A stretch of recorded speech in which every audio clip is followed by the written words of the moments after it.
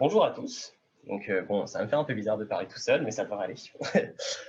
Donc, bonjour à tous. Donc, je m'appelle Poulain Mathias. Je suis un ancien de l'IM de la promo 2019, donc c'est assez récent quand même. Si je suis ici aujourd'hui, c'est pour vous parler de filtres en réalité augmentée, donc principalement sur Snapchat, Facebook, Instagram. Donc, je pense que tout le monde connaît un petit peu qu'est-ce qu'un filtre. Et concrètement, voilà, je vais rapidement me présenter et après, je vais vous expliquer un petit peu la boîte dans laquelle je travaille et ensuite, concrètement, ce qu'on fait. Donc, voilà pour ça. Je vais essayer de ne pas aller trop vite et aussi pour ceux qui ne sont pas trop techniques, je vais essayer de ne pas trop rentrer dans le technique. Je vais vous faire une petite démonstration du moteur, mais ce sera rapide. Je vais essayer de ne pas trop rentrer dans le détail parce qu'en plus, je sais qu'il est tôt. Donc, donc voilà, je vais essayer d'être gentil. Pour commencer, voilà, comme je disais, donc je m'appelle Mathias, j'ai 25 ans avant de faire l'IM, en fait, ce qui n'avait rien à voir du tout, j'ai tenté la première année de médecine, donc vraiment rien à voir. Je suis parti parce que j'aimais pas du tout l'ambiance de la fac et vraiment c'est quelque chose qui m'a, ouais, j'irais pas jusqu'à dire traumatisé, mais qui m'a bien baptisé, on va dire. Et du coup, suite à ça, quand j'ai trouvé l'IM, parce qu'en fait, je suis parti au bout de 6 mois, j'ai fait l'entretien d'admission avec un petit book. Et pour ça, en fait, le truc qui était assez marrant, c'est que je crée des jeux depuis que j'ai 12 ans. Donc, c'est vraiment ma passion. J'écrivais déjà des scénarios, j'écrivais déjà des petits game concepts, donc depuis l'âge de 12 ans. Mais avant, je faisais ça sans code, c'est-à-dire que je faisais des jeux sur PowerPoint. Donc, vraiment, le truc ultra bateau. Mais en tout cas, voilà, c'est vraiment ma passion. Et du coup, c'est un peu comme ça que je suis rentré à l'IM. Donc, j'ai fait mes 5 ans à l'IM, en sachant que j'ai fait un master qui aujourd'hui n'existe plus, je crois déjà. C'est le master en game design et programmation. Donc, voilà, c'était la double spécialité. Je crois qu'en vrai, il a été présent que 1 ou 2 ans, juste le temps de mon master. Mais malgré tout, voilà, c'était de belles années. Franchement, j'ai adoré l'IM et c'est d'ailleurs pour ça que je suis revenu aujourd'hui pour vous parler de mon expérience. Ensuite, même pas suite à ça, en fait, pendant mon master, j'ai fait une alternance chez Tralalaire. Donc, pour ceux qui ne connaissent pas Tralalaire, c'est une entreprise en fait qui édite des contenus éducatifs pour enfants sur Internet et qui fait aussi de la prévention, notamment sur l'outil Internet. Donc, tout ce à quoi il faut faire attention, le langage informatique aussi, ou les trucs un peu classiques que nous, on peut connaître vu qu'on fait partie du milieu, tels que les spams, le phishing, ce genre de choses. Et du coup, voilà, c'est vraiment un contenu édu. Et en fait, chez Tralalaire, j'étais game designer parce qu'ils avaient un projet de jeu Serious Game qui d'ailleurs est sorti aujourd'hui, qui s'appelle Les 6 saisons de brume, qui est en fait un jeu inclusif qui veut détecter et entraîner la dyspraxie chez les enfants. Du coup, c'était un projet passionnant. Ce qui s'est passé, c'est que à la fin de mon alternance, le projet était terminé. Et du coup, c'était un peu le seul projet de jeu de la boîte, parce que c'était pas une boîte de jeu à la base. Du coup, je suis parti. Ensuite, j'ai dû faire face à 6 mois de chômage, donc ce que je souhaite à personne. Mais en sortie d'études, c'était vraiment super galère. Ça, c'est un truc qu'il faut savoir. Et la raison pour laquelle j'ai galéré, principalement, c'est parce que je cherchais absolument en tant que game designer. Et ça n'a pas trop marché pour moi. Pendant ce temps-là, du coup, je faisais des game jams pour essayer de renforcer un peu mon portfolio, même si pour le coup, pendant les études, j'en ai fait énormément. Mais ce n'était pas suffisant parce que il ne faut pas se leurrer, malheureusement, si vous cherchez un poste de GD, on va vous demander principalement 2 ou 3 jeux sortis, c'était le principal obstacle. Et moi, pour le coup, vu que je venais de sortir d'études, je les avais pas. Du coup, c'était un peu galère. Donc, j'ai eu un gros coup de peau parce que, en gros, ce qui s'est passé, c'est que Atomic Digital Design, donc la boîte dans laquelle je travaille maintenant, m'a contacté en décembre pour me proposer un poste en tant que dev chez eux. Et alors, il faut savoir que quand ils m'ont contacté, j'y connaissais absolument rien. Je connaissais pas du tout leur boîte, je savais pas du tout comment était fait un filtre, et pour le coup, j'étais même pas du tout aux réseaux sociaux, j'avais même pas Snapchat, ni Insta d'ailleurs. Et Et du coup, quand ils m'ont parlé de la boîte, j'ai commencé à regarder, j'ai vu que les moteurs étaient gratuits, et du coup, j'ai commencé à tester de mon côté, j'ai fait le test d'admission, en fait, ça s'est fait comme ça s'est fait vraiment par beaucoup de pots. Mais résultat, j'ai dû abandonner un petit peu l'idée de faire du GD. Et c'est du coup ce qui enchaîne sur la suite, donc juste après Atomic Digital, donc ce petit logo que vous voyez là. C'est un logo de jeu que j'ai fait du coup en plus du travail que je fais actuellement, parce que du coup je travaille à côté sur des jeux, parce que malgré tout c'est quand même toujours ma passion. Donc c'est un petit jeu qui s'appelle Cheat or Die, que j'ai commencé dans une game jam et qui est sorti sur Steam mi-septembre, donc il n'y a pas très longtemps. Donc c'est vraiment un petit puzzle game sans grande ambition, je dirais, mais qui permettait un peu de voir comment se passait le publishing sur Steam, ce genre de choses. Et du coup voilà, donc c'était voilà, c'est donc du coup, on va dire que le jour, je fais je fais des filtres et la nuit, en gros, je fais des jeux. Et c'est vraiment un truc, c'est vraiment voilà ma routine et quelque chose que j'adore faire. Donc voilà pour ça. Et ensuite, après Cheat or Die, on verra ce que je fais. Là, je sais, pour les curieux, sachez qu'effectivement, j'ai commencé un autre jeu qui est beaucoup plus ambitieux cette fois-ci et dont je ne pourrais pas trop parler pour l'instant. Mais en tout cas, voilà un petit peu mon profil et ce que je fais. Juste un peu Maintenant, avant que tu ailles plus loin, Mathias, tu as une ouais, barre grise qui occupe une partie de tes slides à droite. oui, c'est le truc de Zoom. Tu penses pouvoir le décaler histoire que tout le monde puisse voir l'intégralité de tes slides ou pas? Je l'ai réduite. Est-ce que ça résout le problème ou pas? Ça résout le problème, effectivement. Ok, Ce serait donc c'était dommage la. qu'une partie de tes slides soit cachée. Effectivement, je pensais pas que, enfin vu que c'est un overlay, je pensais pas que ça cachait. Donc ok, bon, c'est bizarre. Zoom. Bon, du coup, je vous vois plus, donc je parle encore plus tout seul, mais c'est pas grave. Donc voilà pour ça. Au niveau des questions, si jamais il y en a, ils peuvent les poser n'importe quand ou je dois attendre la fin? Ils peuvent les poser n'importe quand sur Discord et à toi de voir si tu préfères finir et ensuite répondre aux questions ou faire entre Euh, deux. En vrai, peu importe, s'il y a déjà des questions, là je peux répondre, ça me dérange pas. Du coup, je vais peut-être pas faire un table, c'est vous qui posez les questions, c'est ça? Ouais, pour l'instant, il n'y a pas de questions. Les gens, si vous voulez en poser, n'hésitez pas sur le Discord, question Zoom 1. Et puis on Yes. dira s'il y en a, ou alors tu peux regarder toi-même comme tu veux. Ok. J'ai continué du coup. Mais en tout cas, ouais, franchement, n'hésitez pas. Autant que ce soit interactif, parce que si je parle tout seul, vraiment tout seul pendant 40 minutes, ça va être compliqué. Compliqué, pas tellement, mais c'est plus pour vous après. J'ai pas envie de vous endormir non plus. Au niveau d'Atomic Digital, alors en fait, déjà, il faut savoir qu'on est situé à Paris, donc on est rue Saint-Denis, donc c'est pas très très loin du pôle. C'est pas loin de Châtelet pour ceux qui voient pas. Et en fait, voilà, vous avez une petite présentation de toute l'équipe avec les portraits utilisant des filtres. Donc moi, voilà, je suis ici. Normalement, on voit ma souris.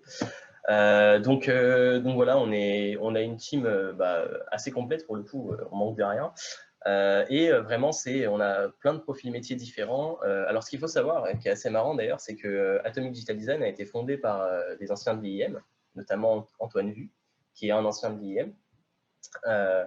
Et du coup, d'ailleurs, c'est d'ailleurs pour ça que Antoine, c'est le PDG donc, de Atomic, qui m'a contacté pour le poste, parce qu'à la base, en fait, c'est Thomas qui l'a contacté, donc Thomas Nicolet.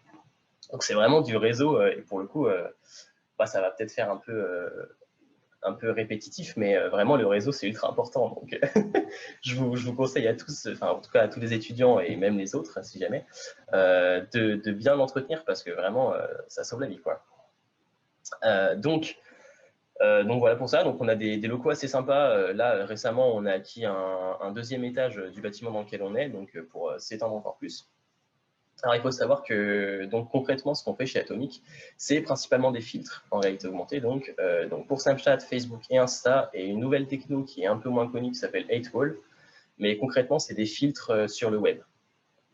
Ce qu'il faut savoir en fait c'est que en gros on travaille dans le secteur de la publicité. Et on travaille donc pour des marques. Donc le schéma habituel, c'est soit Snapchat qui nous envoie, qui nous dit voilà, il y a tel client qui nous a contacté pour tel brief, est-ce que vous pouvez le faire? Ou parfois même, c'est tel client aimerait faire ça pour tel événement, qu'est-ce que vous nous proposez? Et dans ce cas-là, on a des graphistes qui, eux, font des storyboards en amont et qui les envoient, ou ce genre de choses. Et nous, concrètement, du coup, moi plus précisément en tant que dev, du coup, le but, ça va être donc d'intégrer les assets produits par les graphistes. Donc, on a des graphistes 3D et des graphistes 2D, en sachant que quand je dis graphiste, j'englobe tout ce qui est animation, texturing, rigging, modé, enfin voilà, toute cette partie-là. Et donc, voilà, mon taf, ça va être vraiment d'intégrer tout ça dans ce qu'on appelle une lens, et du coup, de coder, en gros, l'expérience. Donc, voilà pour ça. Donc au niveau d'Atomic, donc comme je disais un peu plus tôt, on est donc des partenaires certifiés Snapchat et Facebook. Donc si je dis Facebook, c'est compris Instagram. Du coup voilà, c'est vraiment c'est vraiment comme ça que ça a marché, quoi. On a un projet qui arrive, on a une date qui est en général assez proche. Ça c'est le truc plutôt cool, je dirais. Après, faut aimer, mais pour le coup, je trouve ça plutôt cool, c'est que c'est des prods relativement courtes, en fait. C'est un projet, ça va être à peu près 2 semaines de taf. Et quand je dis 2 semaines, c'est 2 fois 5 jours. En fait, c'est assez soutenu, mais pour le coup, ce qui est génial, c'est que tous les projets ne se ressemblent absolument pas. Et du coup, concrètement, on s'ennuie pas du tout, en fait, parce que on est vraiment... ça change tout le temps. Et ça, c'est le côté vraiment cool, pour le coup. Donc voilà pour ça. Au niveau des marques, on a franchement un catalogue vraiment rempli. On a un peu tout. Bon, je vais peut-être pas tous les détailler, mais on a des clients comme Adidas, Coca-Cola, Lego. On a Netflix aussi qu'on a fait il n'y a pas si longtemps que ça. Donc voilà, on a vraiment des partenaires qui viennent d'un peu partout. On a aussi des projets visant l'international. Donc, ce qui fait que ça, pour le coup, je croise les doigts pour que ça ne change pas. Mais ce qui fait que chez Atomic, pour le coup, le confinement, il ne nous a pas trop marqué. Pour le coup, je croise les doigts pour que ça continue, mais vraiment, nous, le chômage partiel, on l'a pas... Enfin, ouais, on l'a mis en place, mais c'était vraiment parce que on pouvait le faire. Mais concrètement, moi, en tout cas, en tant que dev, j'ai pas trop eu droit. On a vraiment... Enfin, clairement, on manque pas de projet. C'est une boîte qui tourne super bien, qui n'est pas forcément très vieille pour le coup, parce qu'elle a été fondée en 2012. Mais vraiment, on est en plein essor, et ça, c'est vraiment le côté super cool, c'est qu'en fait, la publicité, en tout cas dans notre domaine, ça marche ultra bien. Et donc ça, c'est super cool. Voilà pour ça, je laisse un peu la slide si jamais vous voulez voir d'autres marques, mais après, juste après, je vais passer à quelques démos de filtres qu'on a pu faire. Voilà des exemples de lens. D'ailleurs, ce qui serait assez marrant, c'est si jamais vous utilisez Snapchat et que vous êtes tombé sur un de nos filtres, ça serait assez marrant. Pour le coup, je sais que moi, ça m'arrive quand j'utilise Snapchat hors du taf, donc voilà. Concrètement, c'est des filtres sponsors pour ceux qui utilisent Snapchat. Donc c'est vraiment c'est ça en fait, c'est des marques qui payent Snapchat ou qui nous payent nous pour faire ces filtres-là et pour qu'ensuite ils soient vus dans le petit carrousel.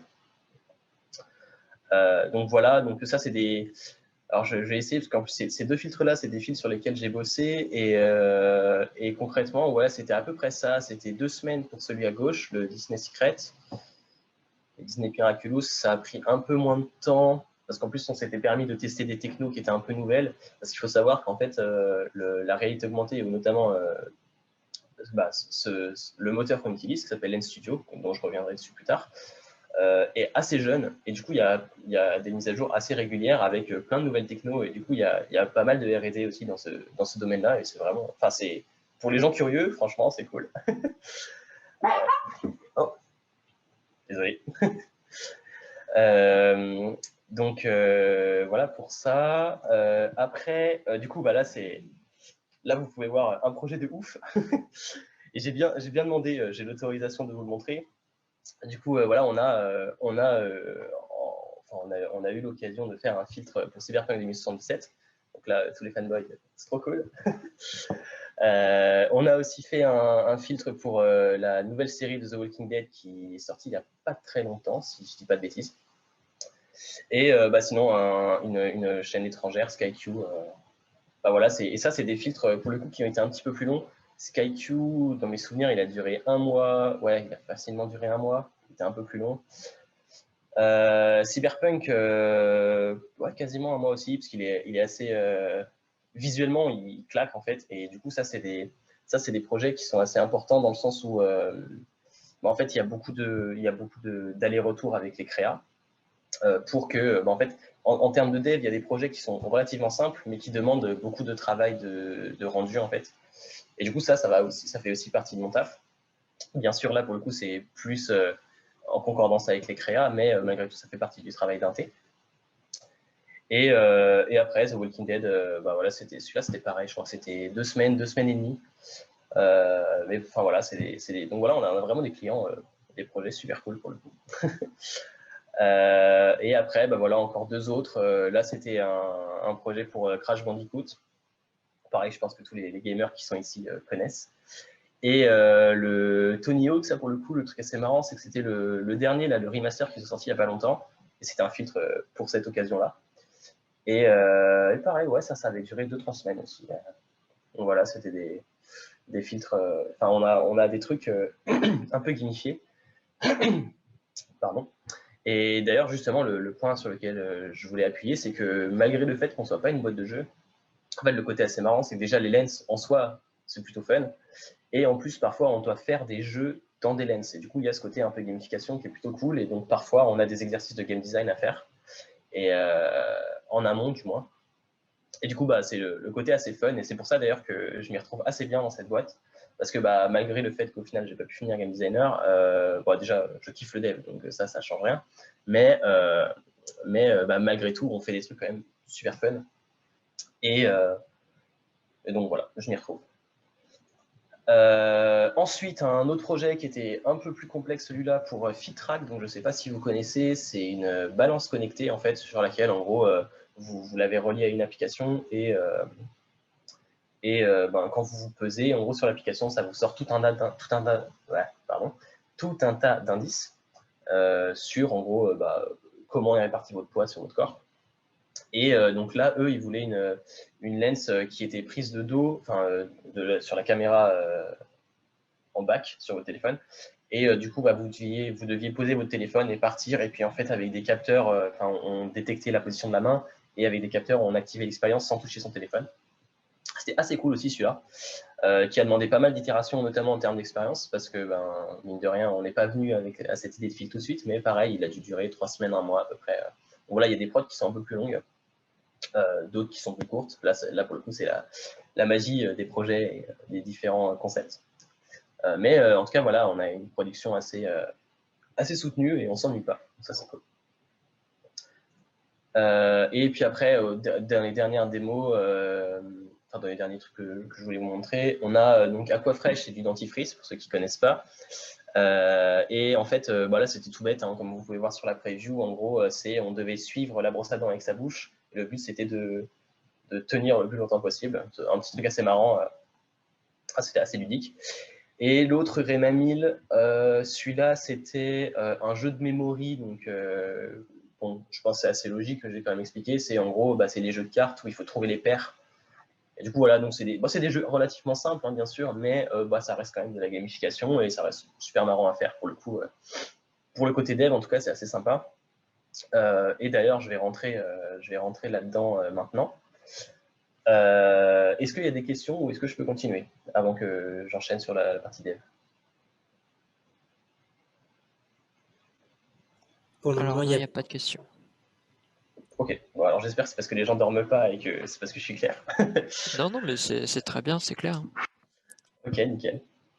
Alors, donc tout d'abord, ce que je vais faire, donc là, je vais vous présenter rapidement les 2 moteurs qu'on utilise principalement, donc à savoir Lens Studio pour Snapchat et un autre moteur qui s'appelle Spark AR pour Facebook et Instagram.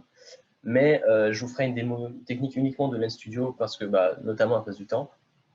Mais voilà, sachez que les 2 sont gratuits et voilà, ça demande rien de plus qu'un compte en fait. Donc un compte Snapchat pour l'un et un compte Facebook pour l'autre. Donc si jamais ça vous intéresse, là je vous ai mis le lien des moteurs sur les slides. Vous pouvez aller voir. C'est, je dirais, à domaine égal, je dirais que Lens Studio est plus simple à utiliser que Spark, pour la simple et bonne raison que Lens Studio est très proche de Unity. Donc ça, de toute façon, je vous ferai la démo après, donc je vous montrerai. Mais en tout cas, voilà, pour ceux que ça intéresse, sachez que Lens Studio est plus facile à appréhender, je dirais. Pour diverses raisons, mais notamment parce que ça ressemble beaucoup à Unity. Au niveau de Lens Studio, concrètement, voilà, donc ça, c'est le moteur créé par Snapchat pour Snapchat, concrètement. Donc, dans lequel on a tout un tas de... déjà, tout un tas de templates. Donc là, voilà, c'est le petit screen que je vous ai envoyé, mais de toute façon, je vous ferai une démo après. Mais concrètement, c'est quand on a un nouveau projet, soit on part d'un projet vierge complet et on part de rien, soit s'il y a un template qui ressemble à peu près, parce que parfois, on utilise des templates pour faire des par exemple, nos storyboards ou ce genre de choses, on peut partir de ça et ça fait gagner un petit peu de temps. Et ça, c'est l'avantage de... Ça, c'est le truc cool. Parce que comme il y a beaucoup de templates, après, il me semble que c'est pareil sur Unity, dans tous les cas, il y a des templates. Donc, mine de rien, on n'est pas complètement seul. Et en plus, l'autre truc qui est vraiment cool sur Lens Studio, c'est qu'il y a une commu, bon, qui n'est pas aussi grosse que celle de Unity, mais quand même, il y a une commu. Et du coup, si vous avez des questions ou quoi, là, c'est le côté cool, c'est que en général, on trouve la réponse. Et ils ont une doc qui est assez complète. Pour Spark, c'est autre chose. Pour Spark, ils sont beaucoup plus jeunes et la façon de développer sur Spark est beaucoup plus compliquée dans le sens où déjà c'est un système de visual scripting, donc plus à l'Unreal pour le coup. Bon, ils ont la possibilité de dev, mais c'est pas du C++, ce genre de choses, c'est du Reactive.js, donc c'est vraiment particulier. Et bon, là, pour le coup, je pourrais pas trop vous rentrer dans les détails là-dedans, parce que là, je sais que c'est sûr, je vais en perdre. Mais ce qu'il faut savoir, c'est que déjà, il est plus jeune que Lens Studio, donc il y a moins de choses. Même si, en général, on peut arriver à faire la même chose sur Spark, hein, c'est pas le souci, mais ça demande potentiellement plus de temps. Il est un peu plus long à appréhender, en fait. Mais malgré tout, on a besoin de ça pour sortir son fil sur Snapchat, sur Facebook et Instagram. Et du coup, dans le cas où, par exemple, on a un projet qui doit sortir sur Snapchat, Facebook et Instagram, en fait, ce qu'on fait, c'est que comme on est plusieurs devs dans la boîte, on va avoir un dev Snapchat et un dev Spark, en sachant que Spark, du coup, c'est un seul fil pour Facebook et Insta. En gros, on ne va pas avoir deux projets différents. En gros, on choisit la plateforme sur laquelle on exporte le projet et ça part. Donc, voilà pour ça. Du coup, ce que je vais faire maintenant, c'est que je vais vous faire une petite démo de Lens Studio. Donc, normalement, vous voyez toujours mon écran. Alors, je ne vais pas partager la cam parce que je sais que comme je partage déjà la cam sur Zoom, je ne vais pas pouvoir vous montrer en direct les fils sur moi sur Lens. Mais en tout cas, bon, vous voyez un petit peu l'idée. Donc là, je suis parti d'un template relativement simple. Donc, vous voyez un petit peu l'interface. Ça ressemble un peu à Unity sans être du Unity non plus. Mais vous allez voir que c'est relativement simple à utiliser. Alors en fait, de base, on a des composants caméra, bon, ça pour le coup, c'est logique, hein, qui vous montrent un petit peu, du coup, qui permet de savoir ce que vous regardez. On a, donc là, dans ce projet-là, on a des trucs tout bêtes qu'on appelle des face insets. Alors les face insets, en gros, c'est des composants où vous choisissez ce que vous chopez, en gros. Donc si par exemple, je prends les yeux, à quoi c'est attaché, pardon, vous chopez les yeux, et donc là, par exemple, ça va attacher la bouche à l'œil gauche, pour le coup. Donc voilà, c'est des petits trucs assez marrants. Et du coup, derrière, le composant face inset, lui, il va choisir quel endroit du visage il va copier. Du coup, c'est pour des filtres assez simples. Mais par exemple, si je choisis le nez, voilà, on va avoir le nez au niveau du menton, ça fait des trucs un peu chelou. Mais pour le coup, ce qui est assez marrant, c'est que c'est une feature, mais c'est une techno qui est vachement utilisée sur les fils de Snapchat aujourd'hui, et je pense que vous en avez déjà vu plein qui utilisent ça. Du coup, vous avez une petite idée maintenant de comment c'est fait. C'est d'ailleurs pour ça que je voulais commencer par ça, parce que c'est des trucs assez simples. On a aussi des composants Liquify. Donc là, pour le coup, je ne rentre pas dans le dev, je rentre vraiment sur ce qui est donné par défaut. Et après, le dev, je vous montrerai quelques trucs. Mais en tout cas, le Liquify, donc ça, c'est concrètement, c'est un effet de loop, en fait, si vous pouvez regarder là sur la preview à droite. En fait, vous voyez la loupe qui bouge en même temps. Et donc voilà, c'est vraiment des effets de loupe pour grossir la zone qui nous intéresse et donner cet effet un peu liquide, d'où le nom Liquify, en fait. Et ça, pareil, c'est un truc qu'on voit dans plein de filtres. Et du coup, voilà, sachez que c'est super simple à faire. Et que ça demande même pas de dev, pour le coup. Mais voilà pour ça. Après, qu'est-ce que je peux vous montrer? De toute façon, vous voyez, là, dans les templates, il y a vraiment le choix. Donc, si vraiment ça vous intéresse, vous pouvez vraiment vous amuser à voir comment ça marche. Donc, je vais essayer d'en trouver un qui est assez simple. On va tirer un make-up.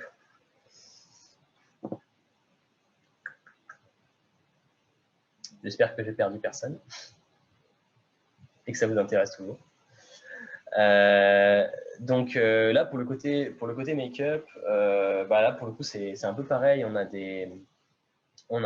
déjà un composant retouch qui est très souvent utilisé, en fait, sur quasiment tous les filtres, en fait, où là, pour le coup, c'est juste un effet qui va retoucher le visage et qui va un petit peu lisser la peau, rendre les yeux un peu plus brillants, ce genre de choses. C'est des effets qu'on appelle beautify, en fait, qui rendent un peu plus beau.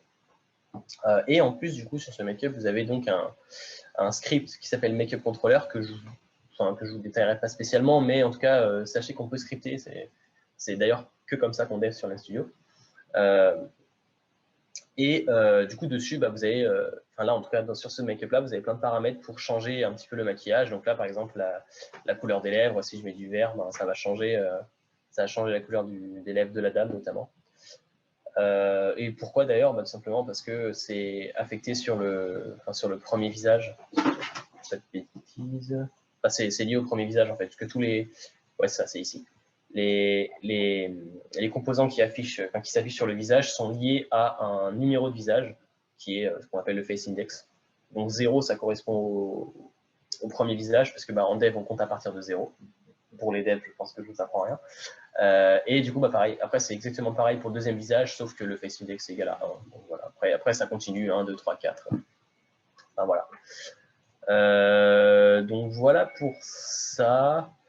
Maintenant, qu'est-ce que je pourrais vous montrer plus au niveau de l'Instudio, voilà, c'est vraiment des trucs assez simples qui parlent d'eux-mêmes. Au niveau des objets, on peut créer des images, bien sûr, des textes, bien sûr des caméras, des lumières, de l'audio. On peut aussi apporter des modifications de voix, mais ça, je pense que pareil, si vous connaissez les filtres, vous avez dû voir des filtres qui modifient la voix. Sachez que pareil, c'est relativement simple à faire. C'est en fait des effets, je vous montre, c'est des effets qui sont préfaits, en gros. Et alors, je ne sais pas si vous allez entendre le son de l'ordi. Non, on n'entend pas. Non, vous n'entendez pas. Bon, d'accord, dommage. Mais en gros, vous pouvez tester les effets un à un.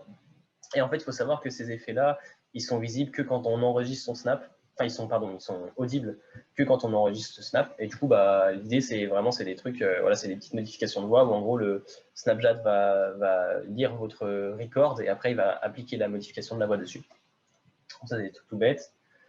Qu'est-ce qu'il peut y avoir d'autre? Des particules. Donc, pour le coup, pour ceux qui connaissent un peu Unity, vous connaissez normalement un minimum les particules. Donc là, pour le coup, pareil, c'est des particules, quoi. Rien de bien sorcier. Mais en gros, comme dans Unity, vous allez avoir pas mal de propriétés que vous allez pouvoir modifier pour modifier le comportement de ces particules. Donc bon, là, je ne vais pas vous montrer toutes les parties, tout ce qu'on peut faire avec les particules parce que j'en aurai pour un moment.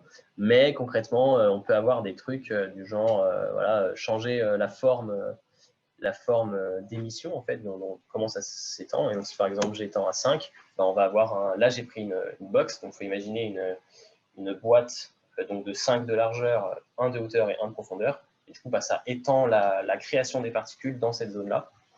Et du coup, c'est le genre de truc, par exemple, les particules, si on les baisse, on peut faire des trucs à l'écran, des trucs assez classiques que vous voyez dans des fils de temps en temps.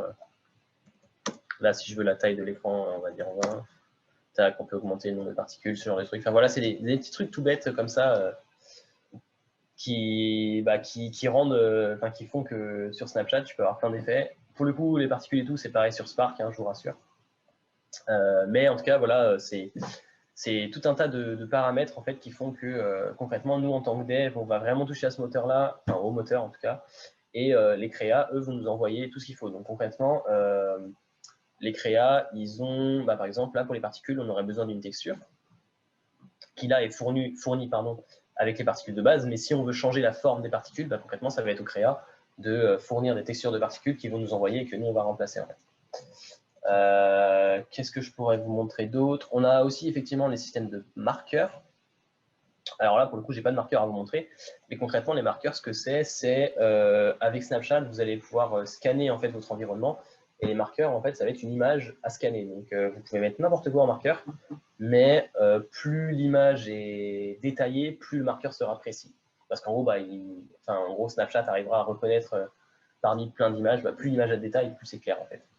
Et du coup, ce qui va se passer, bah, les marqueurs, ce qui est assez cool, c'est que vous pouvez mettre par exemple, je sais pas, par exemple bah, pour Coca-Cola, le projet un des projets qu'on a fait récemment, en gros l'idée c'était de scanner une canette de Coca et en fait s'il y avait les joueurs de foot sur les canettes et en fait ce qu'on faisait c'est que du coup bah, on pouvait en fait animer les canettes et du coup on pouvait calquer l'animation sur la canette et du coup ce que ça faisait c'était génial, c'était que bah, quand on scannait la canette on voyait les joueurs de foot présents sur les canettes parler en fait.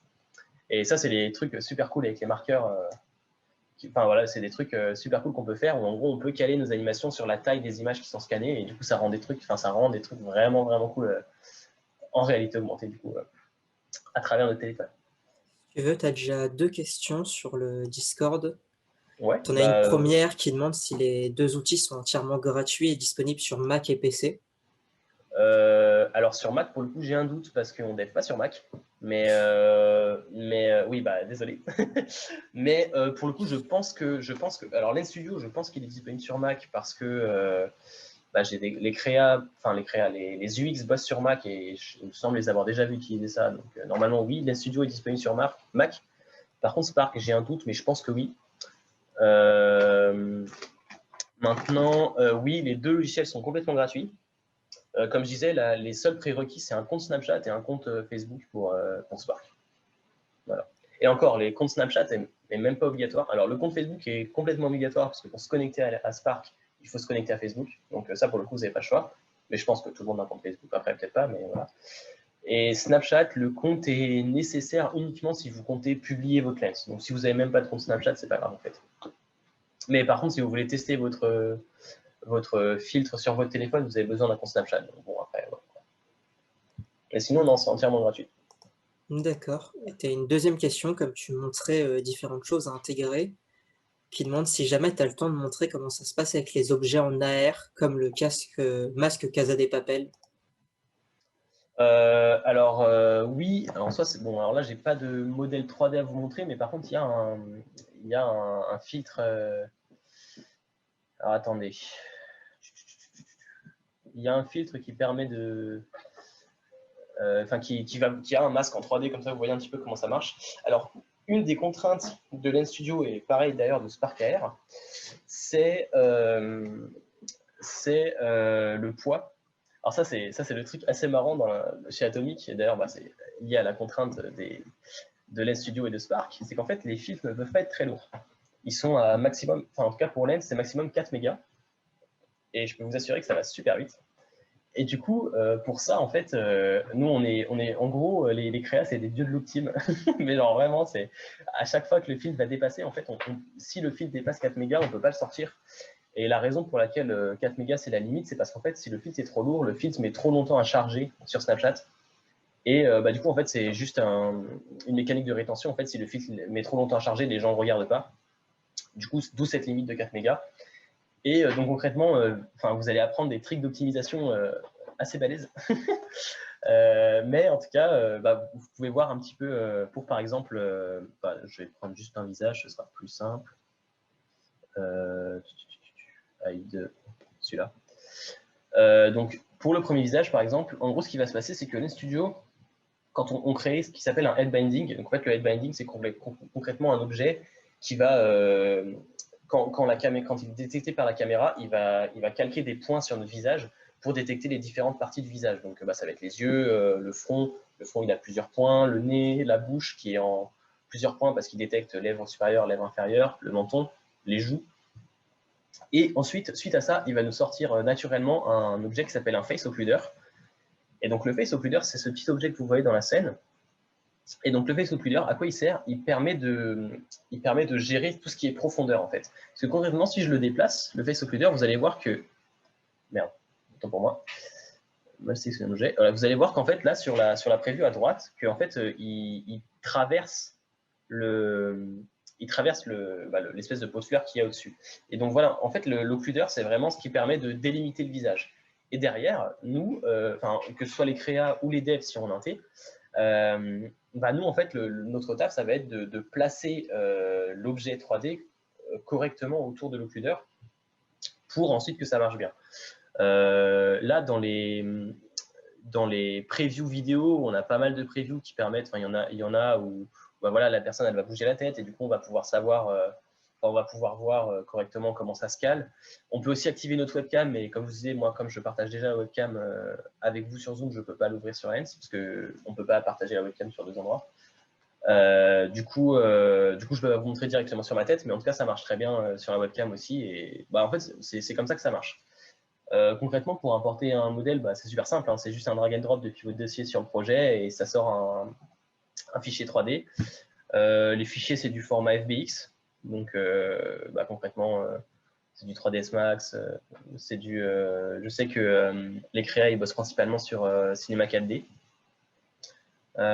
Donc voilà, c'est des trucs, c'est des formats standards, si je dis pas de bêtises, parce que c'est pareil sur Unity pour le coup, le FBX. Ensuite, tout ce qui est animation, ça va être géré par ce qui s'appelle un animation mixer. Donc en gros, tout bêtement, vous dans votre export, s'il y a des animations, en fait, vous dites qu'il y a des animations et LensStudio va juste détecter qu'il y a des animations et il va nous sortir ce qu'on appelle donc un animation mixer. Et nous derrière, en tant que dev, en fait, ce qui va se passer, c'est que l'animation mixer, il va pas découper les animes. Il va juste dire, OK, il y a des animations, ça va de la frame par exemple 0 à la frame 200. Et du coup, il va nous sortir une animation complète de la frame 0 à 200. Mais si, par exemple, en fait, dans votre fichier, vous avez 3 animations, une qui va de 0 à 30, une de 30 à 100 et une de 100 à 200, et nous, derrière, en dev, vous nous donnez ces valeurs-là, et nous, on dit, par exemple, on ajoute un nouveau clip, et on dit, l'animation 1 qu'on renomme genre idle, elle va de la frame 0 à 30. Et donc, comme ça, en fait, c'est nous, derrière, qui, quand on inté, on découpe les animes comme vous les avez faites. En fait. Donc voilà, à ce niveau-là, l'inté est relativement simple. Et derrière, en fait, tout ce qui va être la gestion des couleurs, la gestion des rendus, etc., ça se gère sur des matériaux qui, elles-mêmes, ont des textures qui sont, pareil, fournies par les graphistes, en fait. Donc, les matériaux, c'est nous qui les créons, donc c'est nous qui gérons tout ce qui est blend mode, etc. Mais toutes les textures, c'est fourni par les créas. Donc, nous, vraiment, à ce niveau-là, c'est vraiment de l'inté. Il y a certains créas, qui commencent à utiliser Lens pour faire des tests d'inté de leur côté et après nous envoyer tout ce qu'il faut pour qu'on puisse l'intégrer dans le projet final. Mais en tout cas, voilà, est-ce que j'ai répondu à la question ou pas? Je pense que ça a bien répondu à la question, qui voulait voir à peu près comment ça se passait avec les objets 3D en RA. Ouais, en fait, voilà, c'est ça, c'est vraiment des placements. On a donc un face occluder du coup, qui permet de simuler le visage dans l'espace et derrière, vous placez votre objet autour et vous voyez un petit peu comment ça marche. Et pour le coup, c'est pareil sur Spark, ils ont un système d'occluder et tout, c'est exactement pareil. Là, c'est, je dirais, un système un peu standard. Donc voilà. Et après, du coup, pour tout ce qui est le code, je vais commencer rapidement, mais ça va pas être très long parce qu'il n'y a plus beaucoup de temps maintenant. Mais au niveau du code, donc pour ceux qui se posent des questions, c'est du JS. Donc c'est pas du C# comme sur Unity, malheureusement. Mais ça reste du JS assez basique, si je puis dire. On a, donc là, ça, pour le coup, je parle plutôt aux devs, mais même ceux qui font pas dev, si jamais ça vous intéresse, n'hésitez pas à poser des questions. Mais en gros, ce qui va se passer, alors si je fais des comparaisons à Unity, c'est parce que je sais qu'à l'IM, ils enseignent Unity. Mais voilà, si jamais vous avez, si jamais vous faites pas Unity ou quoi, vous me le dites. Mais en tout cas, je vais essayer de faire des comparaisons à Unity pour que ça soit un peu plus clair potentiellement. Mais en gros, sur les scripts, vous avez donc plusieurs choses. La première, c'est ce qu'on appelle les inputs. Donc en gros, les inputs, ça va être des paramètres qu'on va afficher dans l'inspecteur. Donc là, par exemple, le Input Animation Mixer, bah, c'est ce côté-là, en fait. C'est ce qui permet de dire, bah, je cherche quel composant, un Animation Mixer, et du coup, bah, dans l'inspecteur, c'est lequel. Mais en fait, vous faites un drag and drop pour dire quel est l'Animation Mixer, en fait. Ça permet vraiment d'ouvrir la valeur sur l'inspecteur et de l'afficher. Donc ça, c'est le côté, bah, c'est un peu comme sur Unity, pour le coup, c'est quand vous déclarez des variables en public, en gros. À ceci près que vous ne pouvez pas les appeler entre les scripts, c'est encore autre chose. Ensuite, bah, comme c'est du JS, c'est des var que vous déclarez, donc c'est pas typé. Donc ça, c'est le truc un peu relou du JS, je dirais, c'est que bah, c'est pas typé. Mais pour pallier à ça, concrètement, en tout cas, moi, ce que je fais, ma technique, c'est bah, quand je déclare une variable, je l'initialise toujours. Donc si par exemple c'est un int, bah, je l'initialise à 0, comme ça je sais que c'est un int, ou même une float. Si c'est un booléen, et bah, je l'initialise à false ou à true en fonction de ce que j'ai besoin, ce genre de choses. Juste pour la lisibilité. Et derrière, bah, après, bon, c'est du code assez classique. Hein. Si vous voulez récupérer une valeur que vous avez déclarée en input, vous faites un script, point, et le nom de votre input. Et après, ben, en fonction des composants, vous avez des fonctions natives, tout expliqué dans la doc. Enfin, c'est vraiment, pour le coup, il y a du code embarqué par rapport à la doc de l'NStudio. Et après, ben, sinon, c'est de la logique que vous devez faire vous, en fait. Donc, ça va être, par exemple, je sais pas moi, si vous voulez faire, par exemple, un tap à l'écran, eh ben, en fait, l'NStudio fonctionne sur ce qu'on appelle des events. Et pour des events, en fait, c'est tout con, hein, c'est var new event égale script.create event. Et là-dedans, en fait, vous avez tous les events proposés par l'NStudio. Et pour le coup, il y en a vraiment beaucoup. Il y a baisser les sourcils, lever les sourcils, les sourcils sont redevenus normaux, quand on switch de caméra back, quand on switch à la caméra front, ben, vraiment, il y en a plein. Et du coup, bah, concrètement, c'est que des trucs comme ça. Donc si, par exemple, je fais un tap event, et ensuite, ce qu'on fait, c'est new event, point, et là, on bind. Et donc, ce que ça veut dire bind, c'est quelle fonction on appelle, enfin, qu'est-ce qu'on fait quand cet event est détecté. Parce que l'avantage, c'est que la détection des events, elle est faite toute seule, en fait. C'est juste à nous de dire, on check tel event. Et donc, c'est pour ça qu'on le déclare, en fait. Et donc, par exemple, là, on fait ce qu'on appelle une fonction anonyme. Donc, en gros, c'est une fonction qui n'a pas de nom, mais qui peut comporter tous les arguments qu'on veut, en fait. Donc, là, vous faites un print test. Hop. Donc là, j'ai sauvegardé. Et si je tape, on va avoir un test qui apparaît dans la console. Voilà. C'est un fonctionnement qui est assez particulier à l'NStudio, mais pour le coup, voilà, qui est relativement simple à prendre en main. Alors bien sûr, ça demande d'avoir, pour gagner du temps, ça demande d'avoir un peu de réflexe, mais ça vient avec l'habitude. Voilà, je pense que j'ai fait un petit peu le tour. Au niveau des habitudes, en fait, au tout début, je parlais du rythme de travail. Si jamais il y a des devs qui sont intéressés, il faut savoir qu'en moyenne, on fait 2 filtres par dev à la fois. On essaye d'avoir cette moyenne-là parce que plus, ça commence à faire beaucoup. Et comme je disais, un filtre, c'est à peu près 2 semaines de taf. Et du coup, concrètement, moi, je suis arrivé chez Atomic fin janvier, et donc fin janvier 2020. Et donc, depuis que je suis chez Atomic, j'ai dû travailler sur à peu près 50 filtres, ce qui fait vraiment beaucoup. Mais du coup, voilà, vous voyez un petit peu toute la logique derrière tout ça. Et puis, en vrai, je pense que j'ai fait le tour.